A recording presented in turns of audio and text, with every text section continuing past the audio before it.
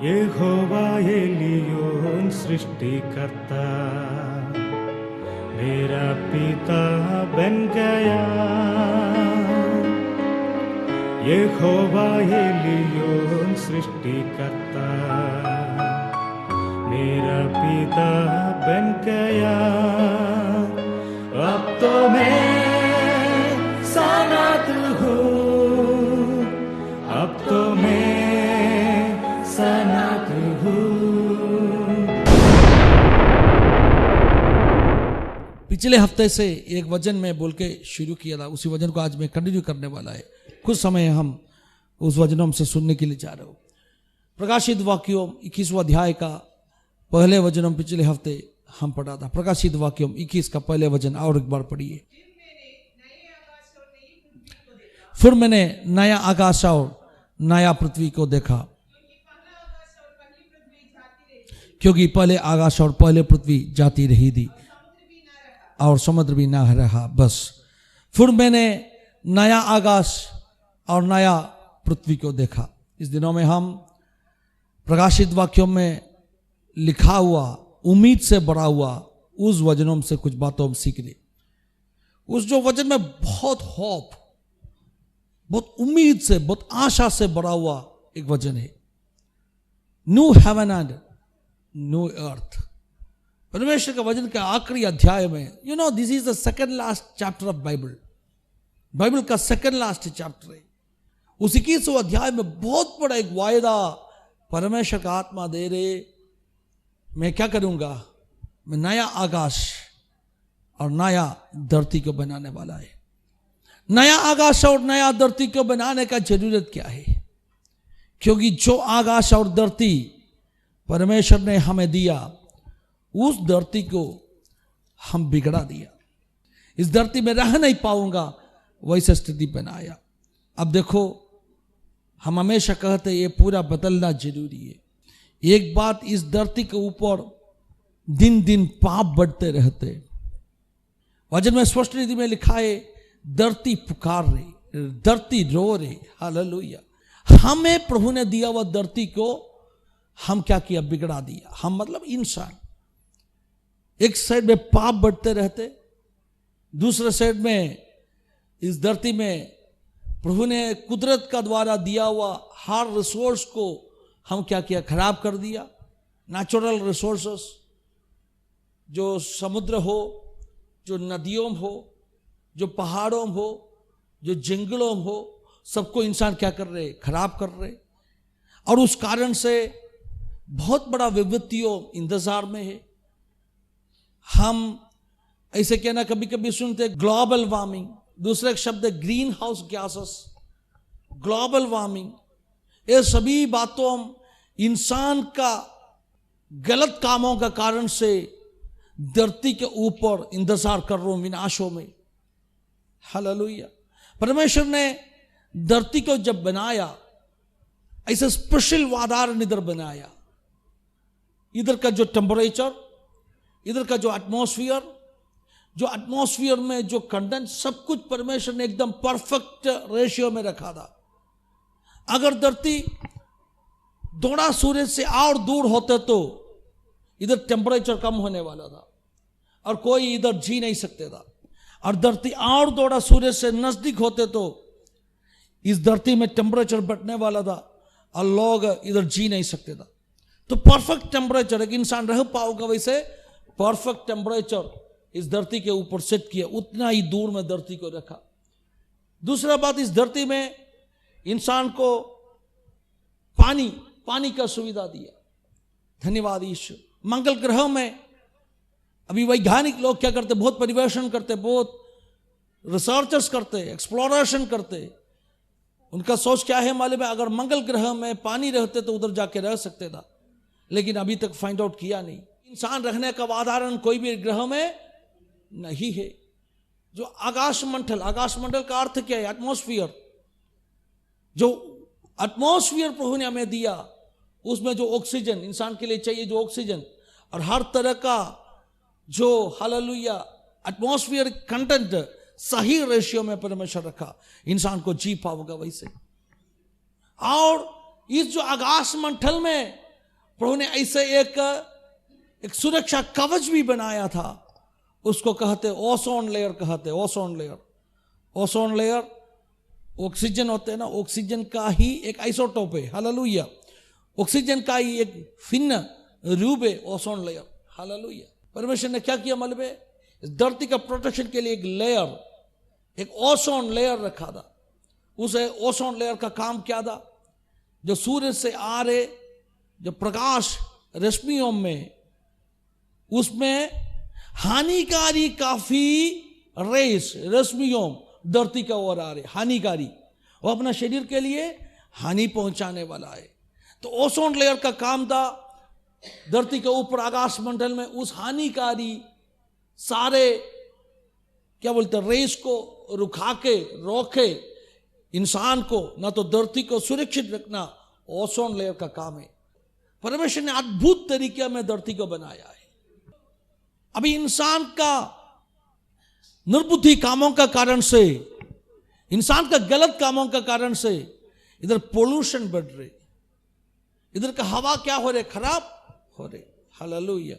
जैसे अलग अलग तरह का पोल्यूशन, गाड़ियों से जो काला धूप ऊपर उठते, उसमें कार्बन मोनोऑक्साइड ज्यादा होते। उस कार्बन मोनोऑक्साइड क्या करेगा मालूम है? गाड़ियों से जो धूप उठते और फैक्ट्रियों से जो धूप उठते, उस कारण से ऊपर जो ओजोन लेयर, उस लेयर का मतलब ताकत कम हो रही। उस लेयर का काफी भागों में बहुत बड़ा छेद गिरा है। छेद गिरा, इसका मतलब क्या है मालूम है? ये कार्बन मोनोऑक्साइड जाके ओजोन के साथ में केमिकल रिएक्शन होने वाले, ये ऐसा समझ लो। केमिकल रिएक्शन होकर उधर का ओजोन वानिश हो जाएगा, ओजोन निकल जाएगा, वो दूसरा कुछ कंपाउंड का रूप में बदल जाएगा। फिर क्या होने वाला है? उतना भाग का ओजोन चला गया, उधर बहुत बड़ा छेद गिरा। फिर उधर से क्या करेगा? सूर्य का धूप से जो रश्मियां आते धरती के ऊपर गिरेगा। उस कारण से धरती के ऊपर स्किन रिलेटेड बीमारियों, कैंसर जैसे बीमारियों बढ़ेगा। उस कारण से धरती के ऊपर इधर का टेम्परेचर बढ़ेगा। जैसे धरती के ऊपर टेम्परेचर बढ़ेगा, उस तरह का गैसेस को कहते ग्रीन हाउस गैसेस कहते। क्या कहते? Green house gases. जैसे ग्रीन हाउस गैसेस इधर बढ़ेगा, कार्बन मोनोऑक्साइड जैसे जो गैसेस इधर बढ़ेगा, क्या होने वाला मालूम है? धरती में टेम्परेचर बढ़ेगा, ओजोन लेयर खराब हो जाएगा। जैसे टेम्परेचर बढ़ेगा, आर्कटिक अंटार्कटिक जो दोनों ध्रुवों में जो पोल्स में जो आइस है, बर्फ का हिम का ग्रह होते हैं, जैसे आयुब ने लिखा हिम का ग्रह है ना, हालेलुया। पानी अभी हिम का रूप में बैठा है, उस पानी उस हिम पिघलना शुरू करेगा। जैसे हिम पिघल जाएगा, समुद्र में पानी बढ़ेगा, समुद्र में और बड़े बड़े लहरों उठेगा। बहुत सुनामी जैसे नीचे इलाका का देशों पानी के नीचे डूब जाएगा, बड़े बड़े शहरों। और आपको जानते दुनिया में सबसे बड़े शहरों सब समुद्र का किनारा में। वैज्ञानिक लोग कहते ग्लोबल वार्मिंग, क्या कहते? Global warming.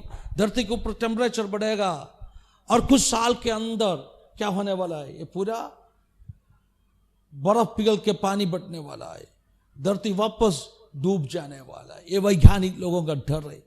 धन्यवाद यीशु। ये सभी डर ऐसे अकारण का डर नहीं है, क्योंकि यीशु ने जैसे 2000 साल पहले भविष्यवाणियों दिया। यीशु ने क्या कहा मालूम है? तुम समुद्र का गर्जन सुन के डरेगा, हालेलुया। समुद्र का लहरों का गर्जन सुन के तुम डरेगा। आकाश में तुम लक्षणों देखेगा, आकाश का शक्तियों हिल जाएगा, लिखा है आकाश का शक्तियों हिल जाएगा, खुल जाएगा। समुद्र का लहरों और उठने वाला है, मतलब पानी बटने वाला है। ये सब कुछ यीशु ने बहुत पहले भविष्यवाणी दिया। इधर होने वाला अकाल का बारे में, धरती में होने वाला विपत्तियों का बारे में बहुत पहले यीशु ने भविष्यवाणी दिया। एक साइड से जो एनर्जी कंजप्शन के लिए पेट्रोलियम निकाल रहे, और उसी पेट्रोलियम का खजाना एक साइड से खत्म हो रही काफी रीति में, और जनगणना बहुत बढ़ रही, पॉपुलेशन बहुत बढ़ रही। पॉपुलेशन बढ़ने से क्या होते? लोगों को रहने के लिए जगह चाहिए। उसके लिए लोग क्या करेगा? खेती का जगह में जाके घर बनाएगा। जैसे खेती का जगह में घर बन जाएगा, फिर खेती कम हो जाएगा। लोग बढ़ रहे, खेती कम हो रही। लोग बढ़ेगा तो खाना भी ज्यादा चाहिए, ज्यादा लोगों के लिए, खेती कम हो रही, इसका मतलब क्या है? और महंगाई होने वाला है। कोई भी अच्छे गवर्नमेंट आने दो, कोई भी राज करने दो, कोई भी पॉलिटिकल पार्टी, ए टू इजड कोई भी पॉलिटिकल पार्टी राज करने दो, कोई भी महंगाई को रोक नहीं पाऊंगा। रोक पाऊंगा क्या? नहीं रोक पाऊंगा, क्योंकि एक साइड में जनगणना बढ़ रहे, दूसरे साइड में खेती कम हो रही, पूरे धरती की स्थिति एकदम बिगड़ के जा रही। ये एक सच है, एक हकीकत का बात है। परमेश्वर का वचन स्पष्ट रूप में लिखा, ये सब कुछ अंतिम दिनों में होने वाला है। तो मैं क्या कहना चाहता हूं, धरती को, इंसान को वास करने के लिए परमेश्वर ने बनाया, लेकिन अभी क्या हो गया मालूम है? जिस धरती को, इंसान को वास करने के लिए बनाया, वास योग्य बनाया, वास करने का सारे प्रकार का सुविधाओं रखे बनाया, वातावरण को ऐसे बनाया, उसी धरती को इंसान उसका मूर्खता का कारण से, उसी धरती को इंसान क्या किया? बिगड़ा दिया। धरती इंसान को रहने के लिए बनाया, इंसान को वास करने के लिए बनाया है। आयशिया का किताब ऐसे लिखा है, मेरे पैरों जरा खोल के देखिए, आयशिया का किताब उसका 45 उसका 18 से पढ़िए। क्योंकि यहोवा जो आकाश का सृजनहार है वही परमेश्वर, उसी ने पृथ्वी को रचा और बनाया, उसी ने उसको स्थिर भी किया। उसने उसको सुनसान रहने के लिए नहीं, परंतु किस काम के लिए? बसने के लिए। To inhabit. Why God created the earth? Empty रहने के लिए बनाया नहीं, तो फॉर द इनहैबिटेशन, वास करने के लिए, लोगों को बसने के लिए बनाया। क्लियरली वचन में लिखा है, the earth is made for inhabitation. अर्थ क्या है? हजारों हजारों, लाखों लाखों, करोड़ों, क्या बोलते, सोलार सिस्टम्स इस ब्रह्मांड में है, लेकिन हम सिर्फ ये जानते, सिर्फ धरती में जान है। अभी तक कोई भी वैज्ञानिक लोग दूसरे कोई भी ग्रहों में जान है करके उनको पता मिला नहीं। The earth is made for inhabitation, खाली रखने के लिए। तो शैतान क्या सोचे कि इसको खाली रखना है। आदम हवा को एदन वाटिका में रखने से पहले इस पूरा धरती को सही, हालेलुया, दिशा में प्रभु ने लाया। उसका अर्थ क्या है मालूम है? जैसे जो इंसान को जो सुविधा चाहिए वो सब कुछ प्रभु ने करेक्ट प्रोपोर्शन में रखा। सूर्य से जो धरती का डिस्टेंस जितना दूर होना चाहिए, चांद और धरती के बीच में कितना डिस्टेंस होना चाहिए, सब कुछ प्रभु ने क्या किया? कैलकुलेट किया। साइंस का द्वारा देखेगा तो भी चांद को धरती से जो रखा हुआ डिस्टेंस एकदम साइंटिफिकली अनबिलीवेबली अमेजिंग डिस्टेंस है। क्यों? क्योंकि चांद थोड़ा ज्यादा और धरती से नजदीक आते तो क्या होने वाला था मालूम है?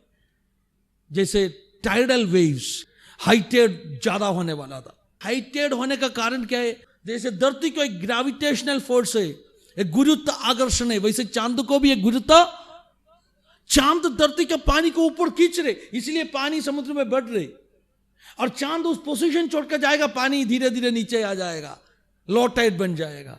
समझ गए ना आपको? अगर वो पोजीशन और धरती से चांद और नजदीक रहते तो, धन्यवाद यीशु, ये पानी पूरा उठ के पूरा धरती डूब जाने वाला था, हर दिन डूब जाने वाला था, हाइटेड उतने ऊपर उठने वाला। देखो कितना क्लियर पोजीशन में प्रभु ने इस सबको रखा है। हालेलुया, धन्यवाद यीशु। ये सब बहुत बड़ा क्या बोलते हैं साइंटिफिक मैकेनिज्म है। सब सिस्टम प्रभु ने वैसे बना के धरती में इंसान को रहने के लिए, वास करने के लिए दिया। लेकिन इंसान का कामों इस धरती को क्या किया? नाश किया।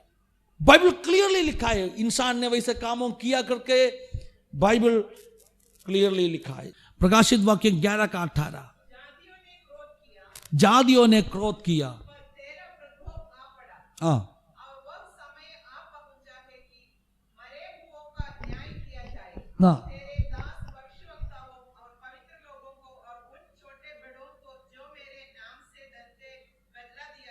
हाँ,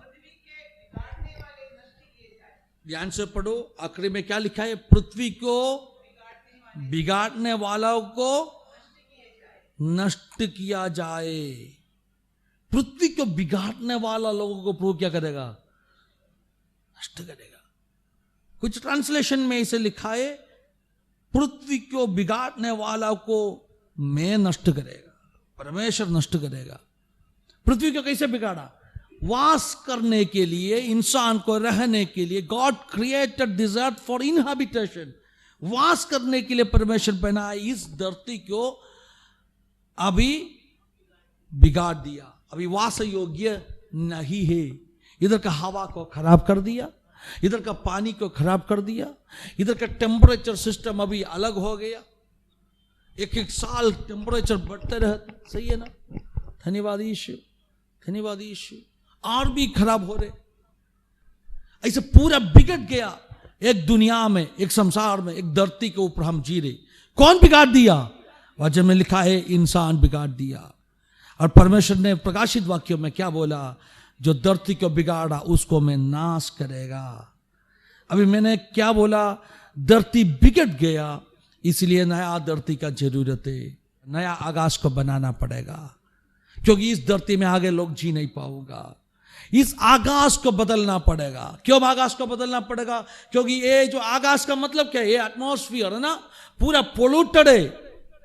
ये एटमॉस्फेयर पूरा पोल्यूटेड है। इससे आगे हम श्वास ले नहीं पाऊंगा। सो नया क्या करना पड़ेगा? आकाश मतलब नया एटमॉस्फेयर इधर रखना पड़ेगा।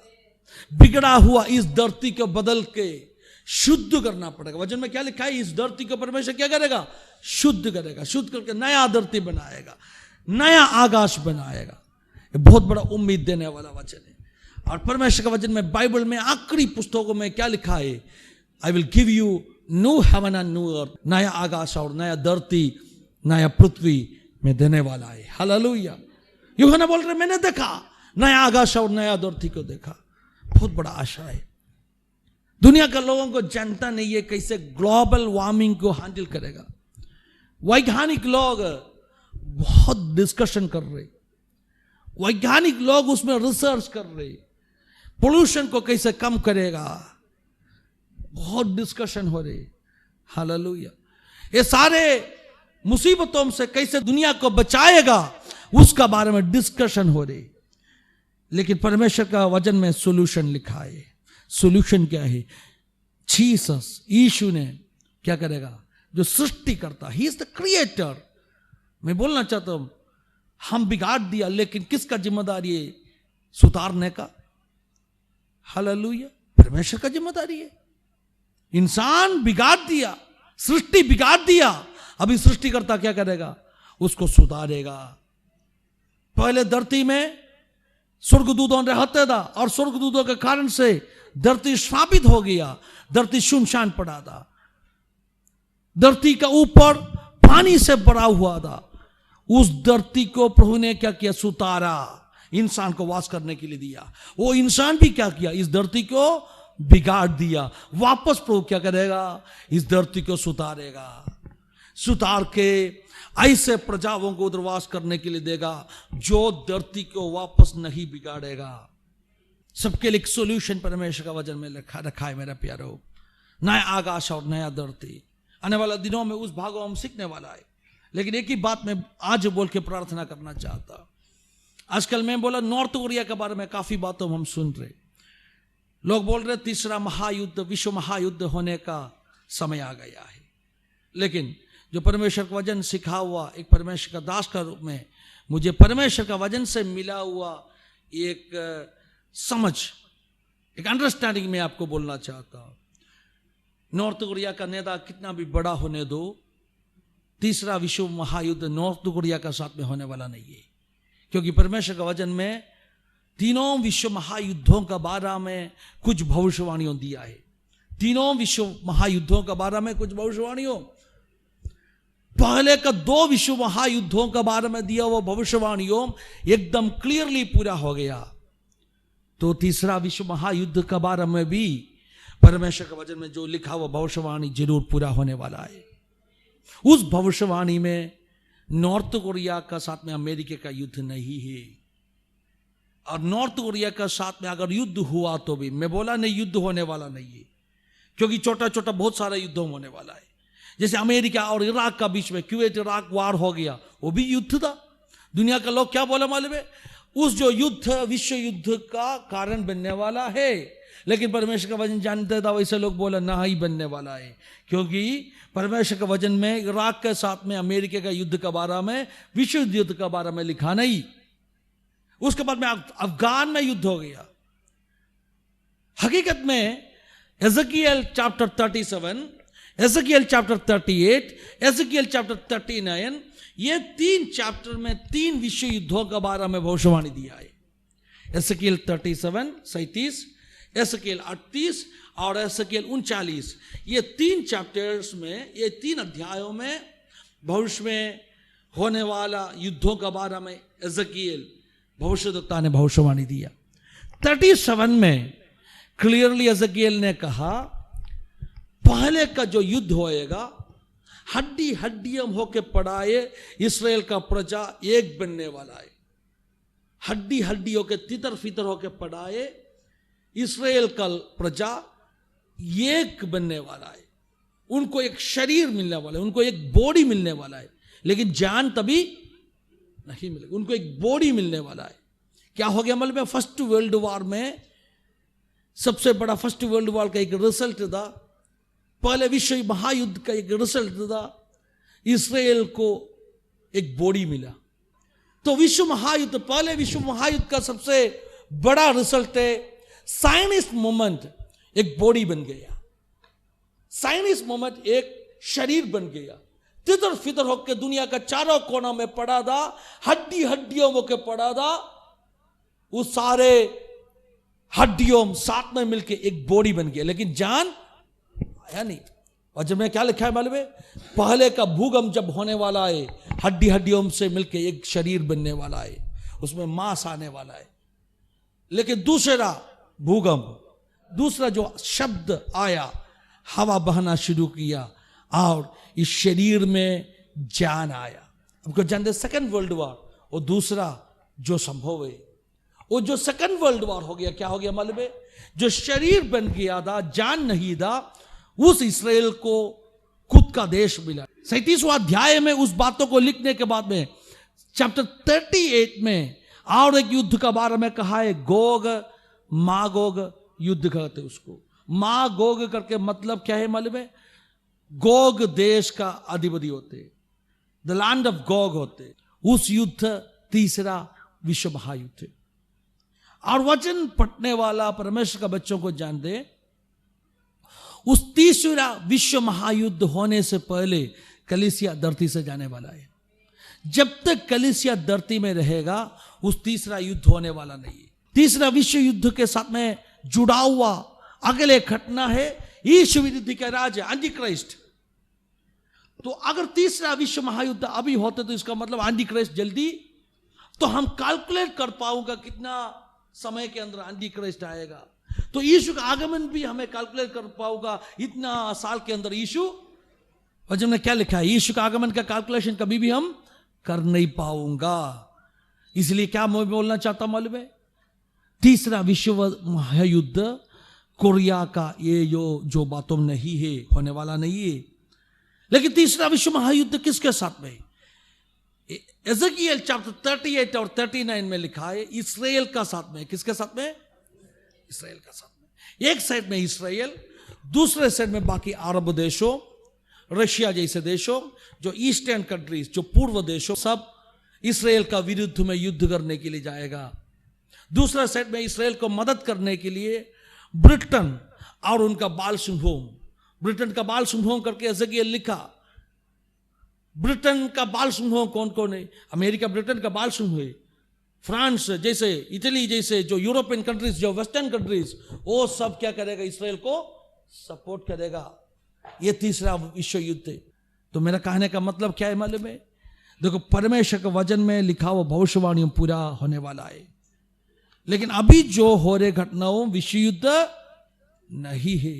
अब लिखे रखो, न्यूज़पेपर में, टीवी के द्वारा कुछ भी आपको सुनने दो, लेकिन हम वचन विश्वास करने वाला लोग हैं। वचन में काफी भविष्यवाणियों दिया है, सिर्फ उस भविष्यवाणियों पूरा होने वाला है। लेकिन परमेश्वर का बच्चों के लिए क्या उम्मीद है? जब तक परमेश्वर का बच्चों में इस धरती में रहेगा, हालेलुया, प्रभु ने उनको सुरक्षित रखने वाला है। पत्रुस ने जैसे लिखा, सोदेम अमोरा शहरों को नाश करने से पहले लौत और उस परिवार को क्या किया? उधर से बचाया। वैसे ही प्रथम समय में जब बाढ़ आया, नाय का प्रलय से नूहा और परिवार को बचाया, वैसे ही कलीसिया को प्रभु करेगा, ये बड़े युद्धों होने से पहले बचाएगा। हालेलुया। नया धरती और नया आकाश बना के कलीसिया को प्रभु देने वाला है। बहुत उम्मीद का वचनों में, इस वचन को मैं अगले शुक्रवार कंटिन्यू करने वाला है। आज आपको बंद करके प्रार्थना कर दीजिए। ऐसे प्रार्थना करो, प्रभु जी मेरे लिए एक उम्मीद है, इस जो बिगड़ा हुआ दुनिया को सुधारने के लिए आपके पास कुछ सॉल्यूशन है। Hallelujah, you have some solution with you Lord. Hallelujah. परमेश्वर का बच्चों को दुखी होने का कुछ कारण नहीं है। परमेश्वर का बच्चों को कल क्या होने वाला है चिंता करने का कारण नहीं है, क्योंकि परमेश्वर उनका बच्चों के लिए पहले ही चिंता करके रखा है। उनका बच्चों को ऐसे वायदा दिया है, the hope of new heaven and new earth, नया आकाश और नया धरती का वायदा। आज बोलो, प्रभु ने मुझे वायदा दिया है। इस धरती में खत्म होने वाला वायदा नहीं है, सिर्फ मेरा परिवार के लिए वायदा नहीं है, पूरे मसीह मंडली के लिए बहुत बड़ा वायदा दिया है, नया आकाश और नया धरती का वायदा। इस बिगड़े हुए सारे स्थिति को बदलकर यीशु धरती में राज करने वाला दिनों ज्यादा दूर नहीं है मेरे प्यारो। हालेलुया। उस समय बहुत निकट आ चुका है। जैसे प्रकाशित वाक्य 11 में हम पढ़ा, समय बहुत निकट आ चुका है। धरती को बिगाड़ने वाला, लोगों को नाश करने वाला समय बहुत निकट आ चुका है। हालेलुया। धन्यवाद यीशु।